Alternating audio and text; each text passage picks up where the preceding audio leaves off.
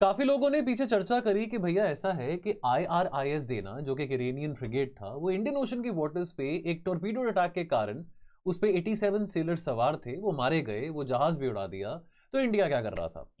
अब बात आती है कि इंडियन ओशन, तो इंडियन ओशन से लगता है लोगों को कि भाई इंडिया का लेना देना है। बिल्कुल लेना देना है।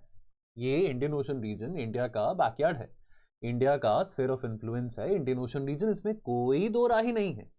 सागर पॉलिसी, महासागर पॉलिसी, ये सब पॉलिसीज हमने बनाई हैं जो कि ओरिएंटेड है टुवर्ड्स द इंडियन ओशन। और मैं क्या, हमारे प्रधानमंत्री ने कई बारी इन द पास्ट कहा है कि India first responder during the times of crisis बनना चाहता है जब इंडियन ओशन की बात हो। Preferred security partner, net security provider कहलाता है जब इंडियन ओशन की बात हो। लेकिन आज का ये जो वीडियो है, जो कि बाय द वे 2 मिनट का नहीं होगा, 2 मिनट से ज्यादा होगा, दिल तोड़ने वाला हूं आपका। यहां पे मैं आपके साथ बात करूंगा इंडियन ओशन के बारे नहीं, बट एक ब्रॉडर कन्वेंशन के बारे, द यूएनसीएलओएस। एंड साथ के साथ हम बात करेंगे कि व्हाट अबाउट द एरिया जो कि इंडिया के क्या, किसी भी देश के EEZ, एक्सक्लूसिव इकोनॉमिक जोन के बियॉन्ड आता है। यानी कि उसको हम कहते हैं the high seas area, the high seas treaty, international waters कहते हैं उसको, द एरिया बियॉन्ड EEZ। तो जो हाई सीज ट्रीटी है उसके बारे में यहाँ पे बात करेंगे। तो ये डिटेल में वीडियो समझेंगे, ज्यादा लंबा नहीं होगा, डोंट वरी। सुबह का टाइम है, गुड मॉर्निंग कह दीजिए। और हाँ, अगर आप ये वीडियो देख ही रहे हैं तो मुझे आपने इस एमसीक्यू का आंसर भी देना है। ये एमसीक्यू देख लो, अब इसका स्क्रीनशॉट ले लो। मैंने आपसे करेक्ट स्टेटमेंट पूछी है, ठीक है? ये 4 स्टेटमेंट्स हैं, स्क्रीनशॉट ले लिया। इसका क्या करेक्ट आंसर है वीडियो देखने के बाद ही पता लगेगा, पूरा वीडियो देखना पड़ेगा। और वापस वीडियो जब खत्म हो जाएगा तो देखने के लिए ये एमसीक्यू में फिर लेके आऊंगा ताकि आपको याद रहे, ठीक है? चलिए, बाकी देखिए अब हुआ क्या है। 4 मार्च को क्या हुआ?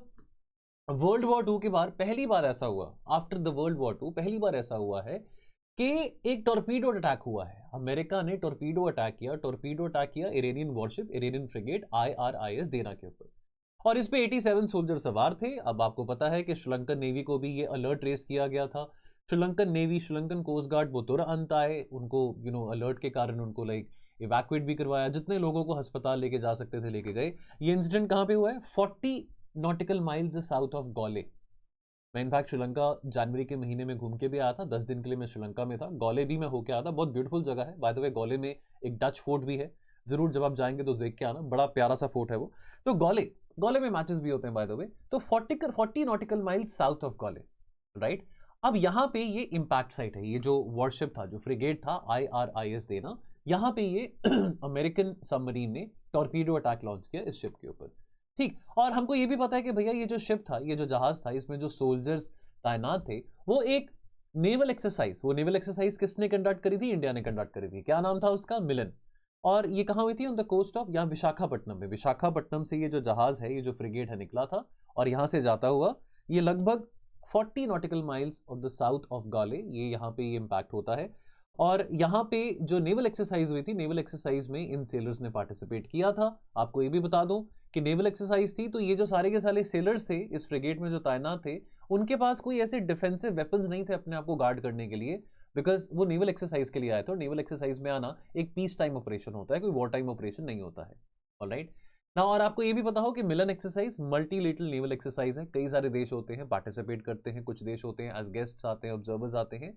और ये एक्सरसाइज इंडियन नेवी ने प्रिसाइड करी थी विशाखापट्टनम में। तो ये बातें हमको पता है। देखिए, इंडिया का मैरिटाइम रीच इंडियन ओशन में है, सब्सटैंशियल है, लेकिन इनफाइनाइट नहीं है। हमारी कोस्ट लाइन कितनी है? लगभग 7500 किलोमीटर की, including the mainland, Andaman, Lakshadweep, Andaman Nicobar, Lakshadweep, Minicoy islands etcetera. और हमारा EEZ कितना है? लगभग 2.3 मिलियन स्क्वायर किलोमीटर। ओवरऑल दुनिया में 18th लार्जेस्ट है। तो मुझे कमेंट में ये भी बताइएगा कि लार्जेस्ट EEZ कौन से देश का है। उस देश को आप और मैं काफी प्यार करते हैं और वो देश हमारा अभी रिसेंटली बड़ा अच्छा फ्रेंड भी बन रहा है। कमेंट में बताइएगा, बहुत हिंट दे दिया मैंने। अब ये जो जोन है EEZ का जोन हर एक देश का एक्सटेंड करता है up to 200 nautical miles. 200 nautical miles, यानी कि अगर हम यहाँ पे इंडिया के कंटेक्स्ट में बात करें, 200 नॉटिकल माइल्स कन्वर्ट होता है टू 370 किलोमीटर। यानी कि इंडिया के बेस लाइन से, इंडिया के कोस्ट लाइन से 370 किलोमीटर अहेड तक का डिस्टेंस जो है, वो जो डिस्टेंस है, उतने डिस्टेंस के विद इन जो एरिया आता है उसको हम EEZ कहते हैं।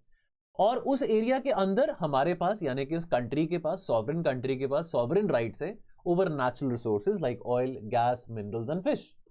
Now with in the EEZ हमारे पास पूरी अथॉरिटी है, हमारे पास एक्सक्लूसिव अथॉरिटी है, एक्सक्लूसिव, ऑलराइट, एक्सक्लूसिव अथॉरिटी है कि हम एक्सप्लोर, एक्सप्लॉइट और मैनेज कर सकते हैं रिसोर्सेज को। ऑयल, आपके अगर ऑयल रिसोर्सेज है, मिनरल वेल्थ है, फिशरीज है, जो भी हो उसको हम कैसे भी चाहें एक्सप्लोर, एक्सप्लॉइट कर सकते हैं। फॉर एग्जाम्पल, जैसे कि आप अगर हम पेनिनसुलर इंडिया की बात करें, एक तरफ अरेबियन सी है, एक तरफ बे ऑफ बंगाल है, तो यानी कि अब अरेबियन सी और बे ऑफ बंगाल में मेजर कुछ ऑयल फील्ड्स भी हैं। जैसे कि मुंबई हाई की बात करें, जो कि हमारी एनर्जी नीड्स को केटर कर रही हैं, तो वहां पे जो हम ऑफशोर ड्रिलिंग कर रहे हैं, चाहे वो बे ऑफ बंगाल में हो ड्रिलिंग ब्लॉक या अरेबियन सी में हो, हमारे पास पूरा राइट है जब तक वो within the exclusive economic zone lie करता है। ठीक, अब अंडमान निकोबार चेन की बात करें तो ये हमारे EEZ हमारा यानी कि on the eastward side, right. तो अंडमान निकोबार चेन एक्सटेंड करता है इंडिया का जो EEZ है टू ईस्टवर्ड, और ये ओवरलैप करता है strategic choke points like the straight of Malacca की बात करें।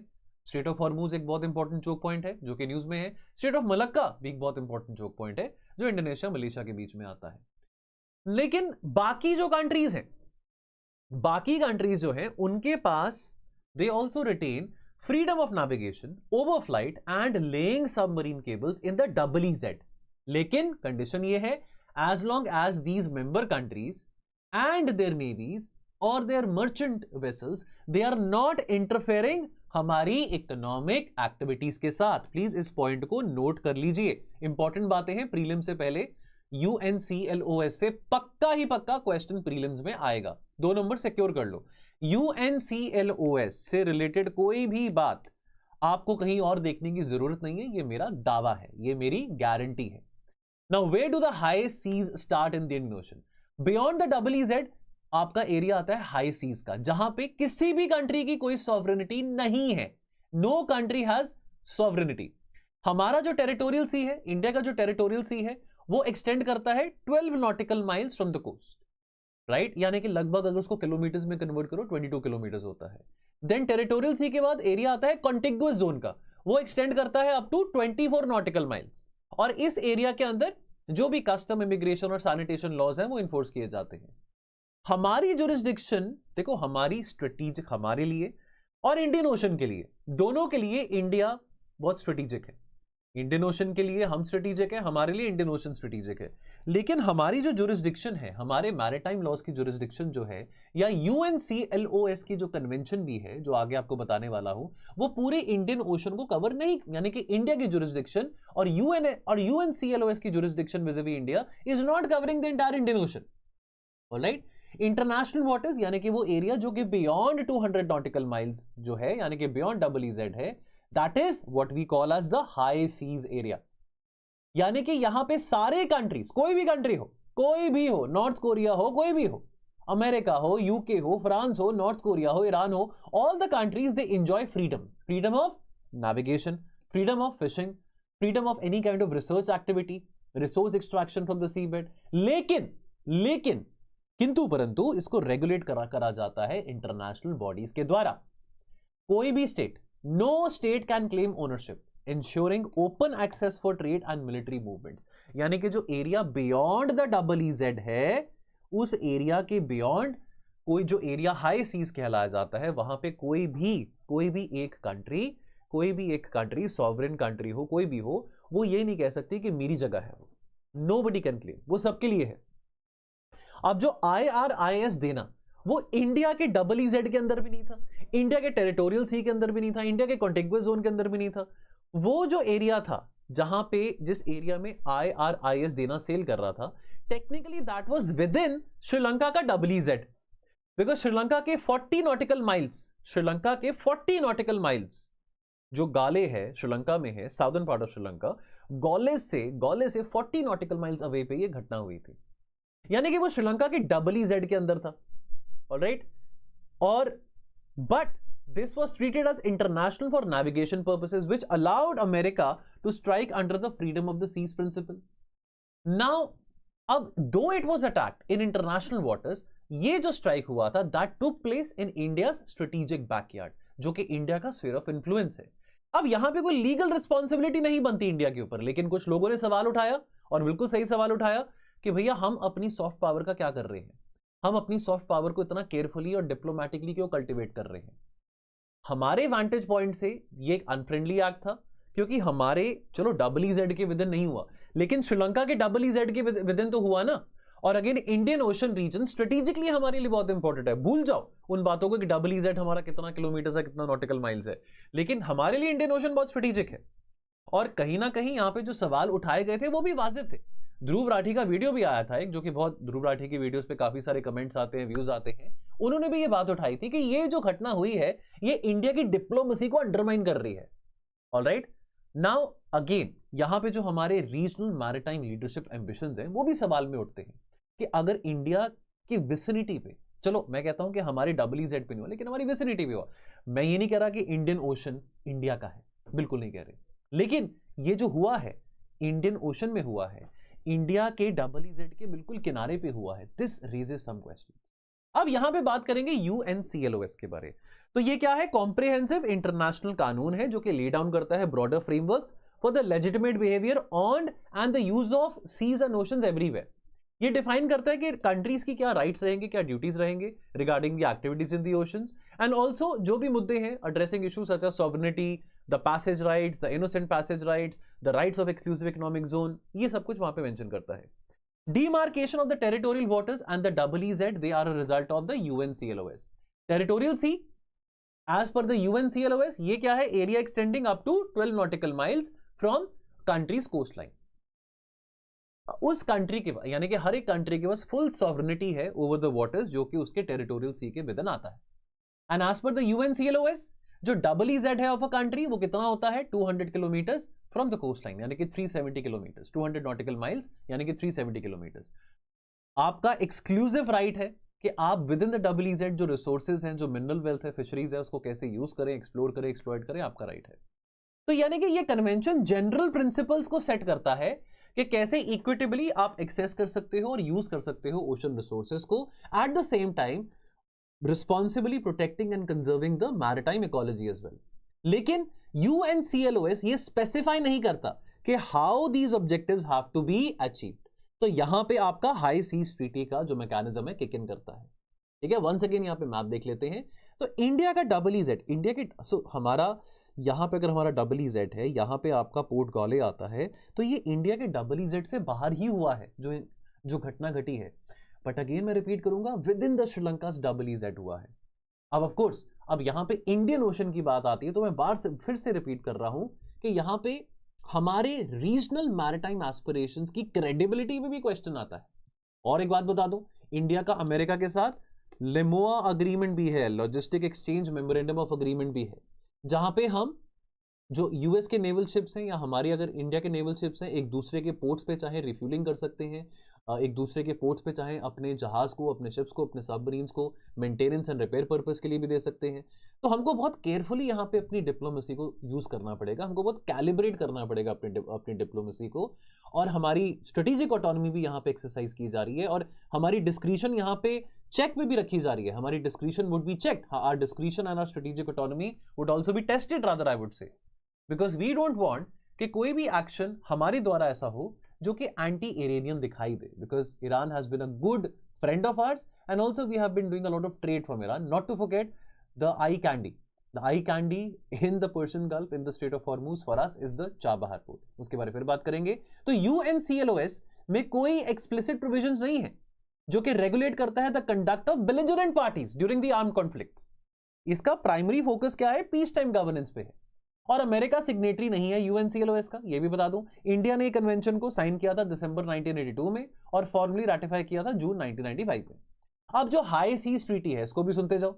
हाई सीज ट्रीटी को हम कंपेयर करते हैं 2015 के पेरिस एग्रीमेंट के साथ ऑन क्लाइमेट चेंज, बिकॉज यहां पे अब हाई सीज ट्रीटी में सिग्निफिकेंट बात की जाती है मरीन बायोडाइवर्सिटी और मैरिटाइम इकोलॉजी के बारे। अब ये ट्रीटी को कंक्लूड करा था मार्च 2023 में, और ये डील करती है ओनली यहां पे वर्ड को ध्यान से पढ़ो, the devil lies in the detail, only with oceans which are outside the national jurisdiction of any country. So areas outside the EEZ of every country, उनको हम हाई सीज या इंटरनेशनल वाटर्स कहते हैं, और ये रफली कंट्रीब्यूट करते हैं 64%, यानी कि 2/3 of the total ocean area. और इसको हम इस एरिया को, इंटरनेशनल वाटर्स को, ग्लोबल कॉमन्स के नाम से कहते हैं। तो यानी कि they belong to everyone and no one at the same time. तो यानी कि everyone and no one, everyone will enjoy the equal rights for navigation, overflight, economic activities and scientific research as well.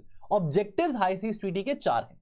तो पहली बात तो है demarcate किया जाता है मरीन प्रोटेक्टेड एरियाज, कि भाई अगर वहां पे कुछ प्रोटेक्टेड फॉरेस्ट है या वाइल्ड लाइफ एरियाज हैं उस पर्टिकुलर एरिया में, तो डीमार्केट किया जाता है. Sustainable use of marine genetic resources and equitable sharing of benefits arising from them. Then number 3, initiation of the practice of EIA. Because अब ये सारी जो मेजर इकोनॉमिक एक्टिविटीज हो रही है इंटरनेशनल वाटर्स में, आप कर सकते हो, आपको कोई रोक नहीं रहा है, लेकिन again environmental impact assessment, will that be impacting the marine ecology, will that be impacting the marine biodiversity? Because understand one thing, वहां पे तो कोई protected areas, wildlife sanctuaries या forest तो नहीं है ना उसके अंदर, समुद्र के अंदर. And number 4, capacity building and tech transfer. हमने biodiversity beyond national jurisdiction agreement और the high seas treaty हमने साइन किया था. ये सितंबर 2024 का सेशन था. सितंबर 2025 में high seas treaty reach the milestone of 60 state ratifications needed to trigger its entry into force. Alright, and officially 17 जनवरी 2026 को जो हाई सीज ट्रीटी है that has entered into force and this is now legally binding.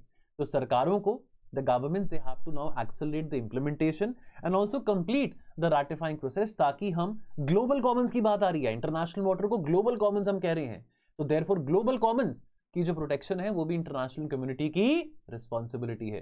तो इस global ocean protection को, common global ocean protection की मुहिम को स्ट्रेंथन करने के लिए now the governments and the countries worldwide, they have to make sure that the ratification process in their respective parliament is complete when it comes to the BBNJ. Now this is the question once again. इसका क्या answer है मुझे जल्दी जल्दी comment section में बताइएगा. मैं थोड़ा इधर हो रहा हूं, क्वेश्चन को ध्यान से देख लो. मुझे जल्दी जल्दी कमेंट सेक्शन में बताइएगा. वीडियो समाप्त होता है और ये टोल फ्री नंबर पे कॉल जरूर कीजिएगा.